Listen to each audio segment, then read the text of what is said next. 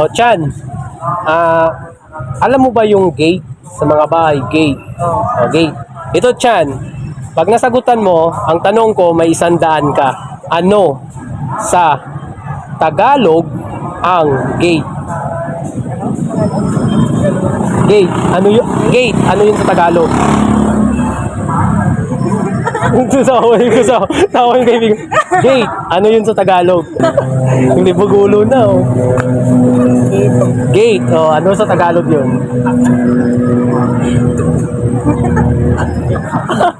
Ay, ikaw, tawa ka ng tawa. Oh. Gate. Ano sa Tagalog yung gate? Gate?